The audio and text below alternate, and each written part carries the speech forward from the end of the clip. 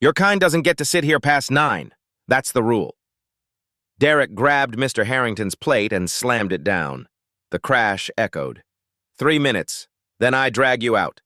Mrs. Harrington reached for her purse, trembling. Her husband threw cash on the table. They left without looking at anyone. White customers at the bar watched, said nothing. Sebastian Langford sat at table 14, 8:56 p.m., 4 minutes until his turn. A waitress appeared, young, black, crying, leaned down. Sir, you need to leave before 9 p.m. Her name tag, Simone. Why 9? Because that's when they clear out everyone who looks like us. Voice cracked. She glanced at the security camera, then at you. I can't stop what happens next, but you can. Hit play and watch this empire crumble from the inside. Sebastian didn't move. What protocol? Simone's phone buzzed. He's watching. I have to go. She left. Sebastian hit record. 8:56 p.m. 3 weeks earlier, Ethan's hands shook around his coffee cup. Uncle Sebastian, something happened at your restaurant Tuesday. Talk. Jasmine and I went for our anniversary. 8:30. Everything perfect. Then 9:15 hit. Manager started circling. Server brought the check. We didn't ask. What did you say? We wanted dessert. She looked terrified. Said private event prep.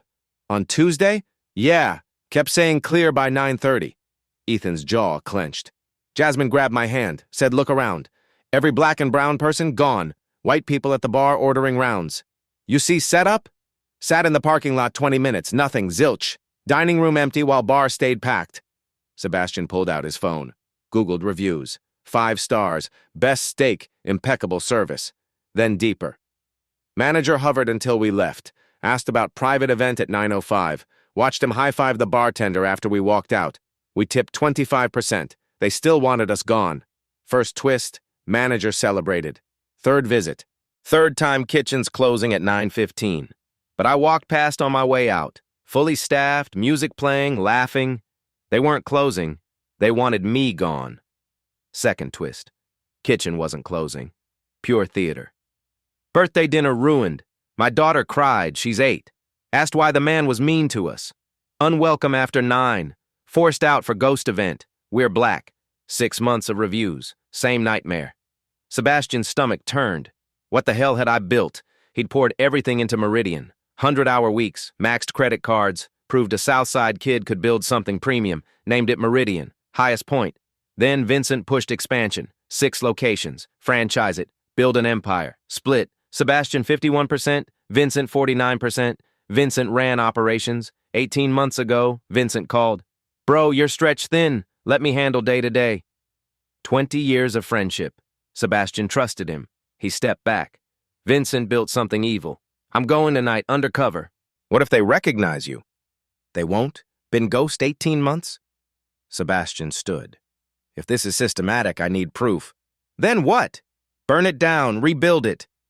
That night, jeans, plain shirt, cheap watch, Uber, fake name, table 14, ordered steak, Cabernet, 8:52 p.m., food arrived, 8:55 p.m., Simone checked phone, face drained, 9:02 p.m., unsolicited check to table 8, black couple, 9:03 p.m., Derek hovered, 9:08 p.m., couple left, woman squeezed Simone's hand, Simone cried, 9:11 p.m., another black couple, check, 9:14 p.m., Latino family.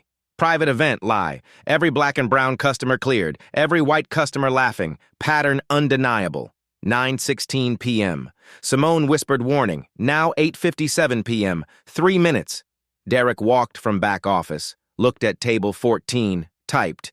8:58 p.m. Simone by kitchen, gripping order pad. Begging silently. Sebastian cut steak. Eye contact with Derek. 8:59 p.m. Derek walked toward him. Professional smile, cold eyes, bar full of white men, $18 cocktails, nobody bothered, 9 p.m. Derek reached his table. Sir, Derek Brennan, floor manager. Everything meeting expectations? Excellent. Wonderful. Need to inform you, closing dining room at 9:45, deep cleaning, health department. On Wednesday? Quarterly mandate. What time reopen? Bar stays open, dining room temporary, normal tomorrow, smooth, rehearsed. Appreciate it. Derek paused. I can arrange bar seating, more comfortable. I'm comfortable here. Flicker across Derek's face. Enjoy. Walked away, phone out, typing fast, 9:03 p.m. Simone appeared. Please, he texted the owner. You need to go. Who? Mr. Caldwell? Vincent, his partner. When? 10 minutes. Lev's close. Always comes when someone refuses. Gets ugly. What does he do? I can't. Phone buzzed. Pale. He's asking if you left. Sebastian pulled out business card, slid it. Tell him I'm still here. Sebastian Langford wants conversation. Eyes wide. You're the founder. I am. Keep recording everything. Can you? Hands shook. If he finds out, he won't fire you. Promise. I need evidence. Nodded. Phone out, recording. Left, 9:08 p.m. Dining room empty except Sebastian. Bar roaring. 9:12 p.m. Back door opened. Vincent Caldwell. Silver hair. Expensive suit. Saw Sebastian. Stopped. Recognition. Confusion. Shock. Cold calculation. Walked toward table 14. Sebastian straightened. Vincent's face cycled through emotions. They locked eyes across empty dining room. Sebastian. Voice ice calm. What are you doing here? Sebastian gestured at empty tables. White customers at bar. Pattern undeniable. I could ask you the same thing. Vincent stopped 3 feet from the table. You should have called. Seems like perfect timing. Sebastian gestured at empty tables. Where'd everyone go? We're preparing for a private event, I know. Haven't seen setup, though. Vincent's jaw tightened. If you want to discuss operations, I want to discuss why every black and brown customer gets cleared at 9 while white customers drink until midnight. Silence. Vincent's eyes flicked to the camera. Back to Sebastian. You're making assumptions. I'm making conclusions. 6 months of reviews, my nephew. What I witnessed. Sebastian pulled out his phone. What I've been recording. Vincent's mask cracked. California's two-party consent. For public opinion, for the board, for every customer you betrayed. Sebastian stood. Every employee you coerced. You've been gone 18 months. You have no idea. Then explain. Right here in front of your staff. Vincent glanced toward the kitchen.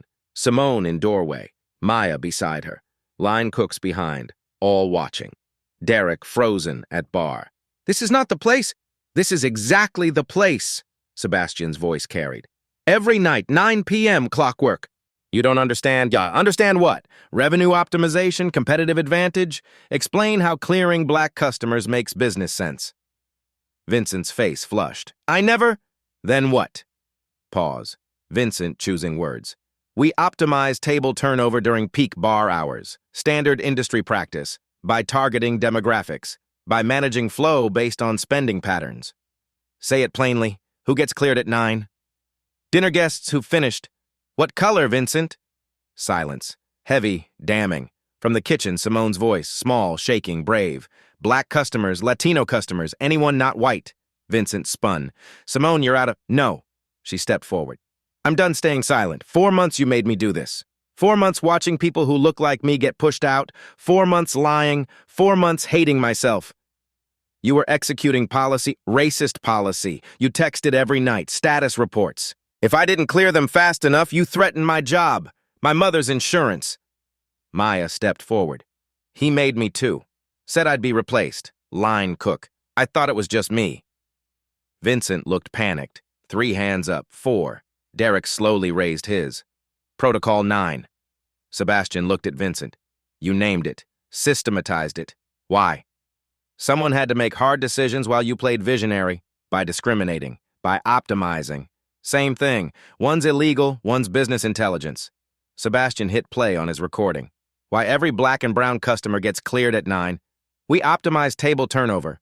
Then Simone's voice. Black customers, Latino customers, anyone not white. Sebastian stopped playback. Still business intelligence? Vincent stared. At phone, at staff, at camera.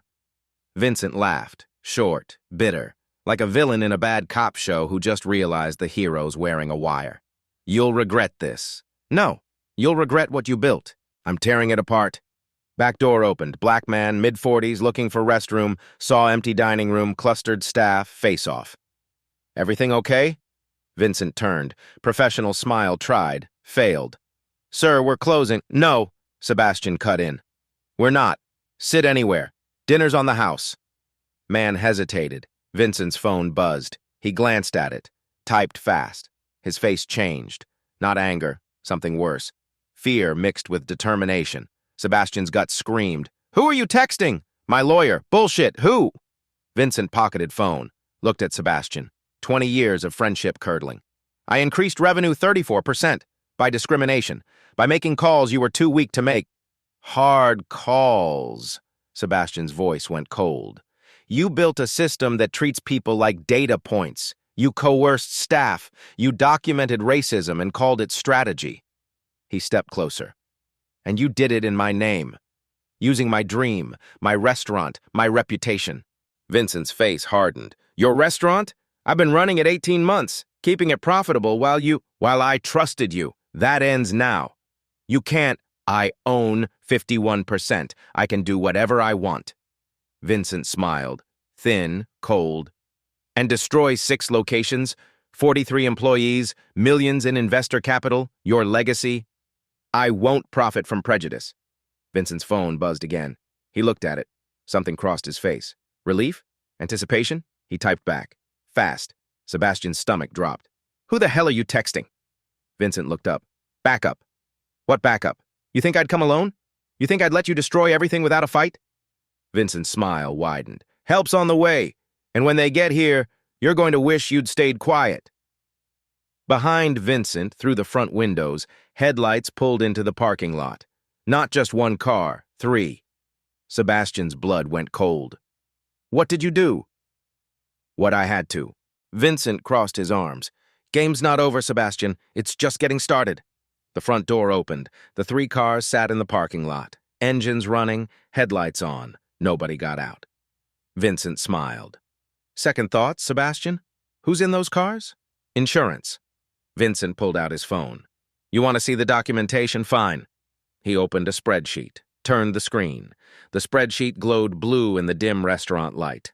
7 columns, color-coded, green for white customers, yellow for black, orange for Latino, blue for Asian, green for white cash cows, yellow for US low yield. Sebastian's stomach dropped. "You categorized people by race, by demographic segments, standard marketing. This is profiling." Sebastian scrolled. Red notes column aloud. "Table 8, black couple, cleared by 9/12, bar revenue up 18% that hour." He looked up. "You measured removing black customers. I measured table turnover. You measured racism." Simone stepped forward. "Show him the texts." Vincent spun. "Simone, show him what you sent every night." Simone held up her phone. Message history glowing, 9:03 p.m. Vincent. Table 11 status, 9:05 p.m. Vincent. Execute protocol, 9:07 p.m. Vincent. Clear them by 9:15 or we discuss your performance. Sebastian stared. "You threatened her. I managed expectations. You coerced compliance." Simone scrolled. "June 3rd. I said this feels wrong. He said execute or he'd find someone who will. I said please don't fire me. My mother needs insurance. He said do your job." Maya stepped forward. "Same to me, July." Derek from the bar. "Me too, August. Asked if it was legal. He said what they don't know won't hurt them." Vincent looked trapped. "You're taking this out of context. What context makes threatening employees okay?" Sebastian's voice cut. "Tracking customers by skin color? Running a profitable business. Bar clientele, white professionals, spend 63% more after 9.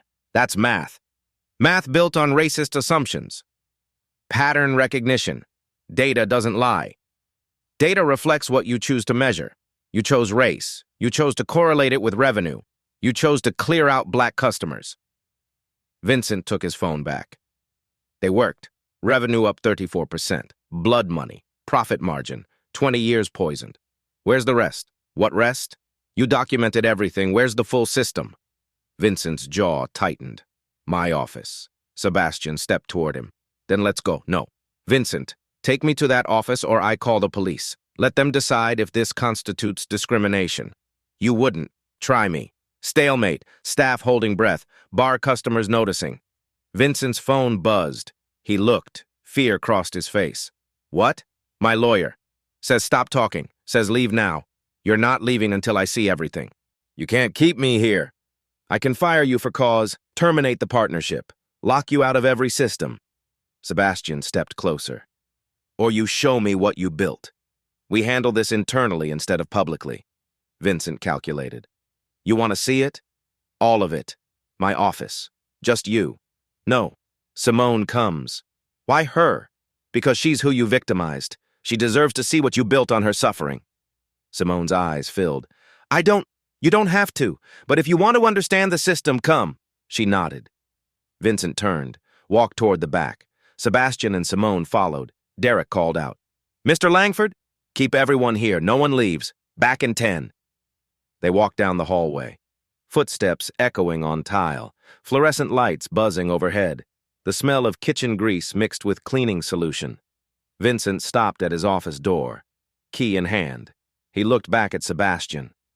Last chance to walk away. Open it. Vincent slid the key in. The lock clicked. The door swung open. Inside the office, monitors showing security camera feeds, filing cabinets, a desk with laptop and tablet, and on that desk, glowing in the darkness, a presentation deck open on the screen. Title slide visible from the doorway, franchise expansion proposal. Vincent's office door clicked shut behind them. Inside, the smoking gun. The presentation deck filled the screen. 43 slides. Sebastian photographed every page, Simone beside him doing the same. Vincent watched from his chair. How long? Sebastian asked without looking up. How long what? How long have you been doing this? 6 months systematic, 4 months full operational, and before? Vincent shifted. Trial period, testing the hypothesis? The hypothesis that clearing out black customers increases revenue. The hypothesis that optimizing demographic composition during peak bar hours increases revenue per square foot. The correlation with race is incidental. Sebastian stopped photographing, looked at him. Say that again. The data shows, no, say the part about race being incidental while looking at this. Sebastian held up the tablet. Page 14. Demographic breakdown chart. 4 colored bars. Revenue per customer by race. White, $87 average. Asian, $72 average. Latino, $63 average. Black, $58 average. You ranked us, Sebastian said quietly. You ranked human beings by profitability and skin color. I ranked spending patterns. That correlate perfectly with race. Correlation isn't causation, but you acted on the correlation. You built a system to remove the lowest earning demographics. Vincent stood. Sebastian, you're a businessman. You understand margins. This is efficiency. It's completely different. How? Because people aren't inventory. You can't write us off like bad stock. Vincent's jaw tightened. I increased revenue by 34%. Dirty profit, the kind that stains your soul. Vincent's phone buzzed, loud, insistent. He glanced at it. His face changed. Relief? Fear? Sebastian stepped forward. Who's calling? No one. Answer it. It's not your concern. Everything in this restaurant is my concern. Answer it. Vincent declined the call, set the phone face down on the desk. It buzzed again immediately. Text message. Vincent looked at it. Typed back fast. Sebastian's gut screamed. Who are you texting? My lawyer. Bullshit, show me. Attorney-client privilege. There's no privilege if you're planning something illegal. Vincent pocketed the phone. You're paranoid. Am I? 3 cars in the parking lot, mystery texts. You're planning something. Simone finished photographing. I have everything. Vincent took the tablet back. What you have is proprietary business intelligence. If you distribute it... You'll what? Sebastian cut in. Sue us? I'd love to see you explain Protocol 9 to a judge. Silence. From outside the office, raised voices, Derek's voice, another voice, unfamiliar. Sebastian opened the door. In the dining room, a customer stood at table 14. Black man, early 30s, business suit. The man who'd come looking for the restroom. He was holding Sebastian's phone. This yours? The man called out. Found it on the table, still recording, heard everything. Sebastian's stomach dropped. He'd left his phone recording when he went to the office, Derek trying to calm him. Sir, if you'll just... Just what? Just leave like everyone else? The man held up the phone. I heard it all. Protocol 9, the spreadsheet, the threats, everything. Vincent pushed past Sebastian into the dining room. Sir, there's been a misunderstanding. No misunderstanding. I'm a civil rights attorney, Leon Harris, and I just heard a confession to systematic racial discrimination. He looked at Sebastian. You're the owner? Co-owner, majority, Sebastian Langford, Leon Harris. He held out the phone. I think you need this recording. Sebastian took it. Thank you. Don't thank me. Fix it. Leon looked around. Empty dining room. This place could be something good. Right now, it's just another place we're not welcome. He walked out. Vincent's phone buzzed again. He pulled it out. Red. His face went white. What? Sebastian demanded. Nothing. What does it say? Vincent typed back. Fast, panicked. Sebastian grabbed the phone from his hand. On screen, a text thread. Unknown number. We're here. Where do you want us? Vincent. Stand by. Not yet. Unknown number. Clock's ticking. We don't wait long. Sebastian looked up. Who the hell is we? Give me my phone. Who's in those cars, Vincent? Security. What kind of security? The kind that makes problems go away. Sebastian's blood went cold. You hired muscle. To do what? Intimidate me? Intimidate witnesses? To protect my interests. Your interests? You mean covering up discrimination with threats? Vincent snatched his phone back. Typed, stand down. Change of plans. Response immediate. Too late. Boss wants payment. We're coming in. Vincent stared at the screen. Oh, God. What? I told them to stand by. I can't call them off. The front door opened. 2 men walked in. Expensive suits. Dead eyes. Not lawyers. Not security guards. Enforcers. The lead man scanned the room. Saw Vincent. Caldwell, we had a deal. Where's our money?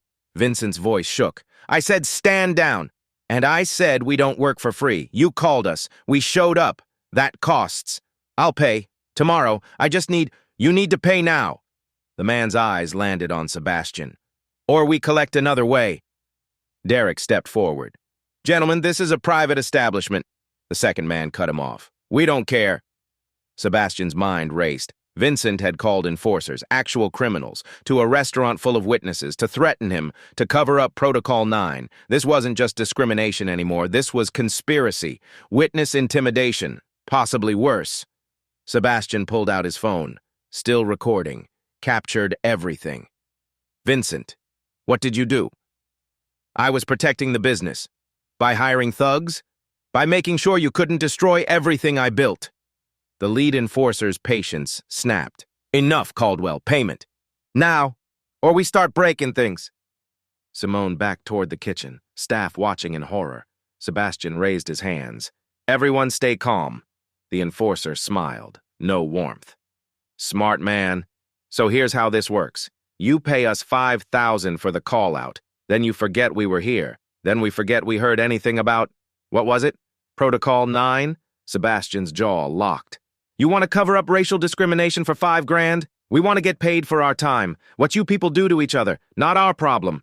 It's about to become your problem, because that camera, Sebastian pointed to the security feed. That's recording, and I'm calling the police. Right now. He dialed 911. The enforcer's smile vanished. Bad move. He stepped toward Sebastian. Derek grabbed a wine bottle from behind the bar. Don't. The second enforcer pulled back his jacket, gun visible in shoulder holster. Derek froze. Simone screamed. Vincent's voice cracked. Wait, stop! This wasn't supposed to. I just wanted. The 911 operator answered. 911, what's your emergency? Sebastian spoke clearly, calmly for the recording. Armed men at Meridian Steakhouse, 1247 Commerce Street. They're threatening violence. Owner Vincent Caldwell hired them to intimidate witnesses to racial discrimination. Send police immediately. Officers are on the way. Stay on the line. The lead enforcer looked at his partner, looked at the cameras, looked at Sebastian still recording on his phone, calculated odds, sirens in the distance, getting closer. Caldwell, you're a dead man. He turned and walked out. His partner followed. The front door slammed. Outside, the 3 cars peeled out of the parking lot, tires squealing. Gone. The dining room fell silent except for sirens approaching. Vincent collapsed into a chair, head in hands. Oh, God. Oh, God. What did I do? Sebastian looked at him. 20 years of friendship, 8 years of partnership, all of it destroyed in one night by Vincent's desperation to protect a system built on hate. You tried to cover up racism with violence. That's what you did. 2 police cruisers pulled up outside, lights flashing. Officers walked in, hands on holsters. Who called 911? Sebastian raised his hand. I did.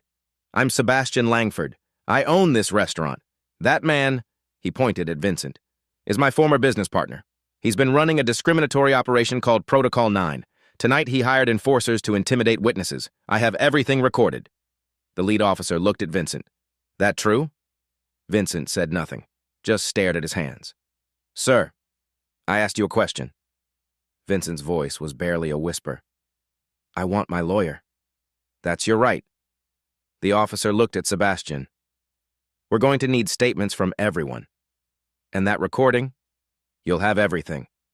More police arrived, then detectives, then inevitably the news vans. By midnight, Meridian Steakhouse was a crime scene. Yellow tape across the entrance. Evidence markers on tables. Witnesses giving statements. Vincent was arrested. Conspiracy to intimidate witnesses. Attempted extortion. The discrimination charges would come later. He was walked out in handcuffs. Cameras flashing. Reporters shouting questions. He didn't look at Sebastian. Didn't look at anyone. Just kept his head down as they put him in the police car. Sebastian watched him go. Felt nothing. No satisfaction. No sadness. Just exhaustion. Simone stood beside him. Is it over? The criminal part? Yeah. The rest? He looked at the empty restaurant. The shattered dream. That's just beginning. Camera lights. Blinding. Sebastian stood center dining room. Reporter's mic inches from his face. This wasn't an accident. This was systematic, documented, designed to scale. Jennifer Wu nodded to cameraman. Show us. Sebastian held up his phone to the camera. Swiped through photos. 43 slides, created by Vincent Caldwell, page 14. He swiped. White customers $87, Asian $72, Latino $63, Black $58. Jennifer leaned in. He tracked by race? Color-coded spreadsheet, every customer 6 months. Sebastian swiped. Green, white, yellow, black, orange, Latino, blue, Asian. That's illegal. It's definitely wrong. What else? Sebastian swiped fast. Implementation guide, training materials, text templates. 6 potential franchise buyers. 3 loved the demographic management strategy. He was selling this system. Camera caught everything. Simone stepped forward. I have more. Jennifer turned. You are? Simone Prescott. Assistant manager. Forced to execute protocol 9-4 months. Show us. Simone held her phone to camera, thumb hovering over messages. Her voice shook, reading them aloud. 9:14 p.m. Me. Sir, they're black customers. This feels wrong. She scrolled. 9:15 p.m. Vincent. Execute or I'll find someone who will. Scroll. 9:17 p.m. Me. Please don't fire me. My mother needs insurance. Scroll. 9:18 p.m. Vincent. Then do your job. Simone looked at camera, directly at viewers. If this was you, would you hit send? Silence. Heavy. Jennifer to cameraman. You getting this? Every word. Maya stepped forward. Phone out. Me too. Maya Torres, server 2 years. 9:22 p.m. Vincent. You're hesitating? Problem? 9:23 p.m. Me. Feels wrong clearing people out based on... 9:24 p.m. Vincent. Based on operational efficiency. Execute or we find someone who can. Derek from bar. Phone out. 8:51 p.m. Me. Is Protocol 9 legal? Should we document customer consent? 8:53 p.m. Vincent. What they don't know won't hurt them, just execute. 3 phones, 3 victims, 3 sets of evidence, all on camera. Jennifer to Sebastian. Where were you? Step back 18 months, trusted wrong person. When did you find out? 3 weeks ago. Investigated. Came undercover, witnessed it, confronted him, now ending it. What happens to Caldwell? Arrested tonight. Conspiracy, witness intimidation, discrimination charges coming. Other locations? Full audit, every location, every policy. If Protocol 9 anywhere else, it ends immediately. The customers discriminated against? Reaching out personally. Everyone from reviews and records, apologizing, compensating, inviting back. Could cost millions. Don't care. Care about doing right. Jennifer to camera. Jennifer Wu reporting live where owner Sebastian Langford revealed Protocol 9. More as this develops. Camera off. Jennifer lowered mic. Off record? Yeah? This goes national by morning. Ready? Sebastian looked around. Empty room, staff watching, dream corrupted. No, but truth has to come out. Even if it destroys everything? Especially then. She left. Quiet. Simone spoke. What now? Sebastian opened laptop. Started typing email to all managers. Staff meeting every location tomorrow morning. Full transparency. Start rebuilding. What if people don't come back? Prove we've changed. 1 customer at a time. Phone buzzed. Board chair. Emergency meeting 9 a.m. Explain everything. Sebastian typed, I will. Bringing evidence to Simone. Can you testify? To the board? Face them? I want them to hear from someone who lived this. Someone forced. Someone who broke free. Hands shook. I don't know if... You warned me, recorded Vincent, spoke on camera. He looked at her, at viewers through camera. If you'd seen this happening to someone else, would you want them to speak up? She wiped eyes. Yes. Then speak, for everyone who couldn't. Pause. Okay, I'll be there. Thank you. Outside crowd gathering, news spreading, social media exploding. Phone wouldn't stop. Emails, texts, calls. He silenced it, looked at staff. Go home, rest. Tomorrow's brutal. But we face it together. We fix this. They nodded, left. Shell-shocked. Derek lingered. Mr. Langford, I should have... You questioned it. Recognized wrong. Spoke up tonight. That counts. Derek left. Simone stayed. You okay? No, but we'll be. Can I help? You've done enough. Want to help more. Sebastian studied her, exhausted, shaken, determined. Help me draft the apology email to customers. Make it real from someone who understands. They sat table 14, laptop between them, started writing. Outside, news van lights painted windows. Inside, two people rebuilt trust, word by word. 9 a.m. Next morning, conference room, 6 board members. Sebastian, empty chair, Vincent's seat. Margaret Walsh cleared throat. Sebastian, floor is yours. I need to bring in a witness. Open door. Simone walked in, folder clutched tight. Richard Walsh frowned. This is irregular. What's irregular is systematic racial discrimination 6 months. Simone was forced to execute it. Silence. Margaret gestured. Miss Prescott. Sit. Simone opened folder, pulled out screenshots, slid them across. Text messages from Vincent Caldwell every night 4 months, ordering me to clear Black and Latino customers after 9, threatening my job, using my mother's health care as leverage. Board members passed pages, faces darkening. Vincent sent these every night. Patricia Liu. What were you ordered to do? Deliver unsolicited checks, claim fake events, hover until they left, make them feel unwelcome. If you refused, threaten to fire me. My mother's disabled, needs insurance. Voice cracked. 4 months I watched good people pushed out, people who looked like me. Margaret's jaw tightened. How many customers? Sebastian spoke. 270 documented. Actual number higher. What spreadsheet? Sebastian turned laptop. Color-coded demographics displayed. Vincent tracked every customer by race. Green, white, yellow, black, orange, Latino, blue, Asian, correlated with spending to justify Protocol 9. Patricia stared. Protocol 9? Systematic removal of black and brown customers after 9 to maximize bar revenue from white customers. Oh my God. There's more. Sebastian pulled up franchise deck. Vincent planned to franchise this, pitched to 6 investors as competitive advantage, called it demographic management strategy. Clicked through slides. Horror spread across faces. Margaret stood, walked to window, back. Where is Vincent? Arrested last night, conspiracy, discrimination charges pending. Door opened. Vincent Caldwell walked in, suit wrinkled, lawyer beside him, out on bail. Margaret's eyes narrowed. Vincent? I'm still 49% stakeholder. I have right to defend myself. Lawyer nodded. My client maintains no wrongdoing, data-driven operational optimization. Sebastian stood. You're joking. Lawyer continued. Efficiency measures based on spending patterns. Correlation with demographics is incidental. Incidental, Simone's voice cut. You made me destroy people's dignity and call it incidental? Vincent looked at her. You executed company policy. Racist policy, operational policy. You threatened my mother's health care. I set performance expectations. Sebastian slammed table. Enough! Vincent, look! Pulled up deck, page 14. You titled this demographic management. You ranked races by profitability. You marketed this to investors. Vincent's calm cracked. I built profitable system. Revenue up 34%. By discriminating. By making calls you were too weak to make. Margaret's voice was ice. Mr. Caldwell, are you defending racial profiling as business strategy? I'm defending proven revenue optimization.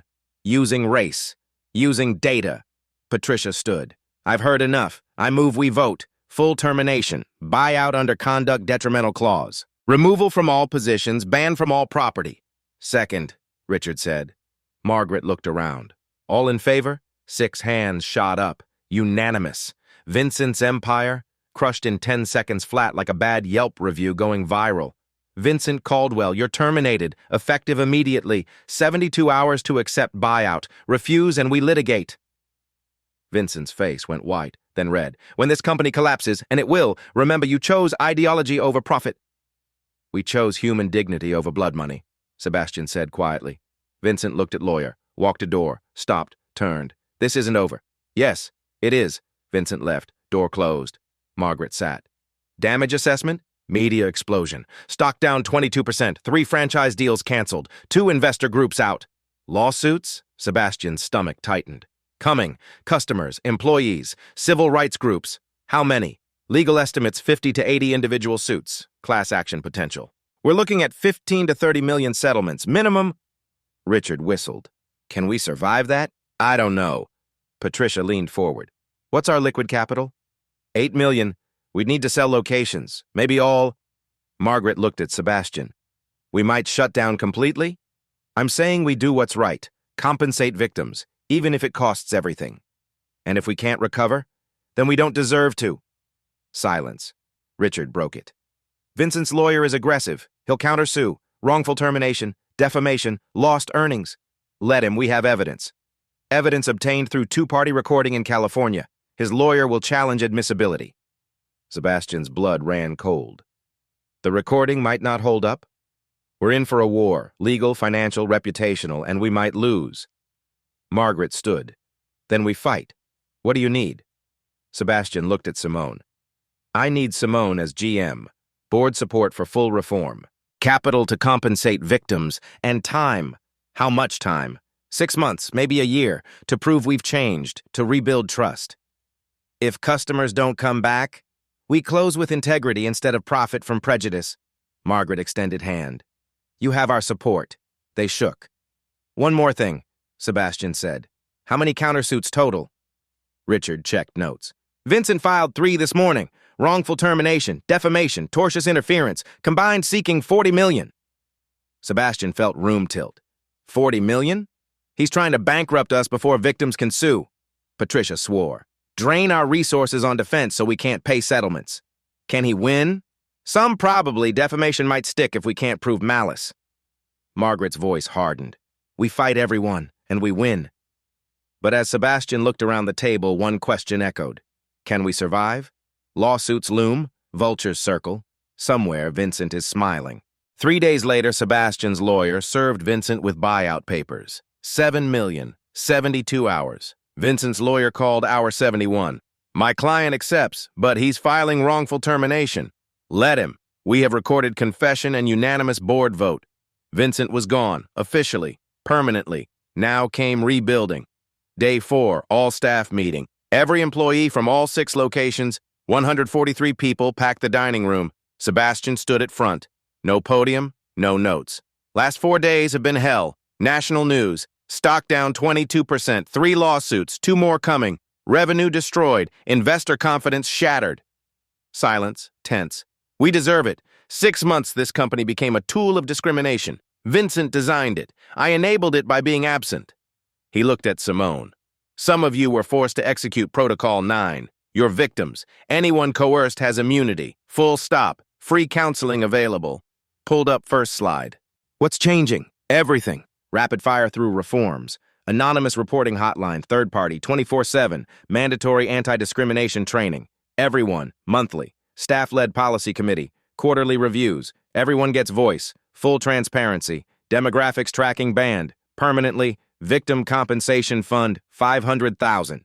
He paused. Leadership change. Simone's head snapped up.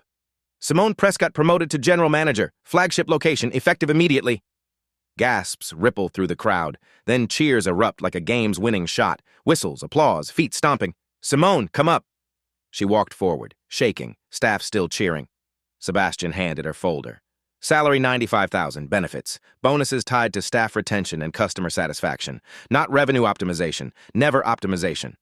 Simone opened it, started crying. A server in back yelled, "You earned it!" Another, "Hell yeah!" Maya started chanting, "Simone! Simone!"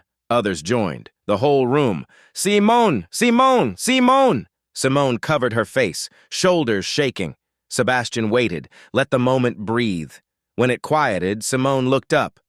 I don't know if I can. You can. What if I mess up? Derek stood in back. Then we'll help you. We're a team now. More applause. Maya stood. You stood up when it mattered. That's leadership. A line cook. You saved us all. Simone wiped eyes. I'm terrified. Good, Sebastian said. Fear keeps you sharp. Confidence makes you sloppy. Use the fear. She nodded. Okay, I'll do it. Standing ovation. Longer this time. Real, raw. Derek raised hand. What about me? You questioned it. Spoke up when it mattered. You're not fired, but not floor manager. You're assistant to Simone. Learn from her. Prove you've changed. Thank you. Sebastian looked at Maya. Maya Torres. Promoted to assistant manager. You showed courage. If you want it. Maya jumped up. Yes! More cheers. Energy building. Hope replacing fear. Sebastian pulled up final slide. Our new mission, excellence without exclusion. We lost that. We're getting it back. The room erupted again. Applause, whistles, some crying. Sebastian raised hand, quieted them. One more thing. Tonight's the test. First service under new leadership. Reservations are down 70%. Protesters outside. News vans watching. Everyone's waiting to see if we mean it. He looked around room. So here's the question. Tonight at 9 p.m., when Protocol 9 used to activate, what happens? Do we panic? Do we revert? Do we prove the critics right? Silence. Or do we show them who we are now? A server stood. We show them. Another. Damn right we do. The energy shifted, from nervous to determined, like a locker room before the big game. Then let's get to work. They scattered. Prep mode. Focused. That night, 5 p.m., doors opened. Protesters outside with signs. News vans parked. Social media buzzing, but people came. Some curious, some supportive, some giving second chances. Simone ran pre-shift meeting, her first as GM. Things are different now. If you see something wrong, say something. This restaurant belongs to all of us. Nervous energy, new territory, everyone on edge. Service started. 6:30. First table seated. Black couple. Early 40s, guarded. Maya served them. Warm, genuine. 7 p.m., Latino family arrived. Kids in soccer uniforms. 7:30, mixed group, white, black, Asian. College friends celebrating graduation. 8 p.m., more arrived. Dining room filling. 8:30, Simone checked reservations. Better than expected. Not packed, but steady. Staff adapting. No more Protocol 9 scripts, just real service. In kitchen, Sebastian worked line alongside cooks, learning, supporting. Marcus, the line cook with the record, plated perfectly. Chef, that's beautiful work. Marcus smiled. Thanks for the shot, Mr. Langford. Thank you for taking it. 8:50 p.m. Simone checked her phone. Habit, no text, no Vincent, no status report, just her mom. Watching the news, so proud baby. 8:55 p.m. The dining room energy shifted, staff glancing at clock, muscle memory kicking in. Derek noticed servers tensing up, walked to server station. Hey, breathe, it's just 9 o'clock, just another minute. Maya nodded. You're right, it's just time. But her hands shook slightly. 8:58 p.m. 3 black couples still dining, 2 Latino families, 1 Asian couple, white customers scattered, all eating, all laughing, all staying. 8:59 p.m. Sebastian emerged from kitchen, stood beside Simone, both watching the clock, staff watching too, holding breath, customers oblivious, enjoying meals, celebrating moments. The clock hit 9 p.m. Nothing happened. No texts, no hovering, no unsolicited checks. Lights stayed same. Service stayed warm. Nobody left. Simone exhaled, didn't realize she'd been holding breath. Derek caught her eye from across room, gave thumbs up. Maya smiled, kept serving. 9:05 p.m. A black couple at table 8, different couple, not the Harringtons yet, ordered dessert. 9:15 p.m. Latino family still there. Kids drawing on placemats, parents relaxed. 9:30 p.m., still dining, still laughing, still celebrating, still treated with dignity.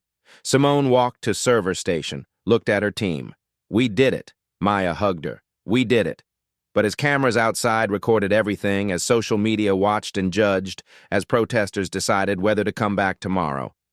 One question remained. First night down. But will anyone come back? Will trust rebuild? Or will this be our last stand? Tomorrow will tell.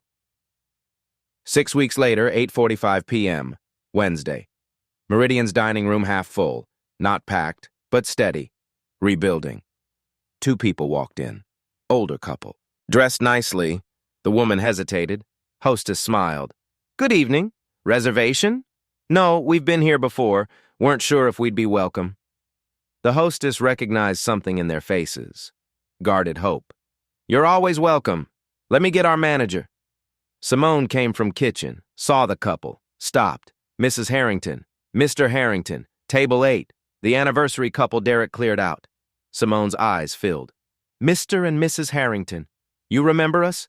I remember everything. I owe you an apology. What happened that night was wrong. What I did was wrong. I'm so sorry.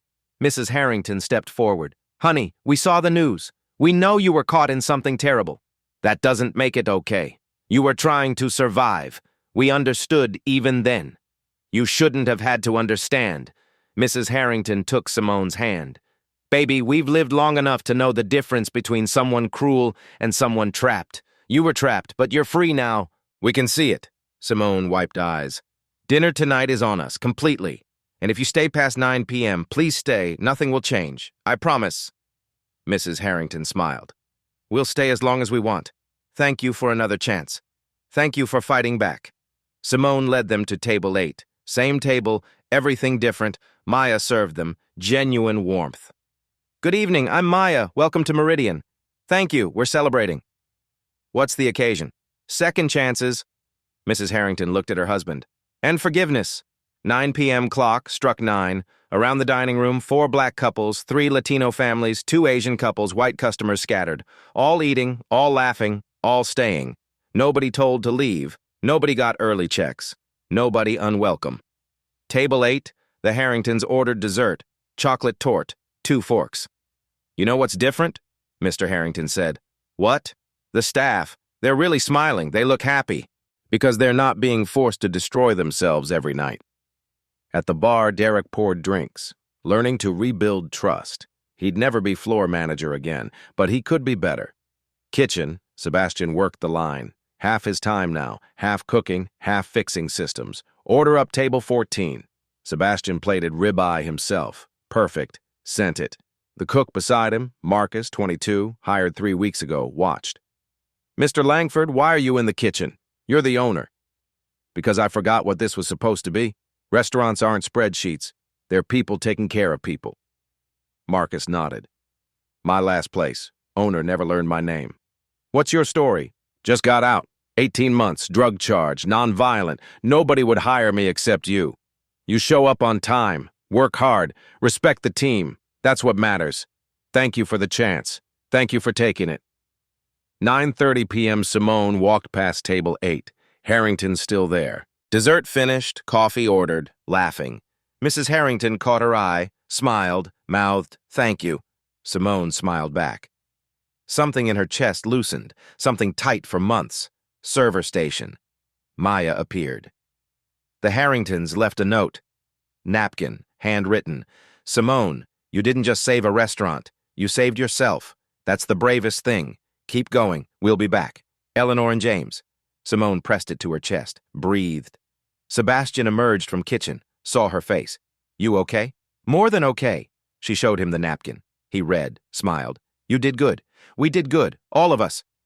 They watched the dining room, staff moving with purpose and pride, customers eating in peace, dignity served with every plate. 10 p.m. Harrington stood to leave. Simone met them at the door. Will we see you again? Mrs. Harrington hugged her. Every month, same table, same night, you're stuck with us. I'll take that deal. They left hand in hand. Simone locked door, turned off lights, stood in darkness. Phone buzzed. Her mom. How was tonight? Simone typed, perfect. She looked around empty restaurant. 6 weeks ago, this was a crime scene, now healing, slowly, painfully, but healing. Tomorrow, she'd open doors again, welcome whoever walked in, serve with dignity, prove change was real. One night, one customer, one moment of humanity. That was the job now, not revenue optimization, not demographic management, just taking care of people, all people. Sebastian joined her in darkness. How do you feel? Like we're finally doing what we should have done from the start. What's that?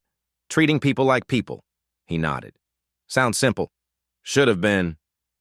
They stood together, silent. The weight of what they'd almost lost, the gratitude for what they'd saved. Outside, city hummed. Somewhere customers who'd been pushed out were deciding whether to give them another chance. Some would, some wouldn't.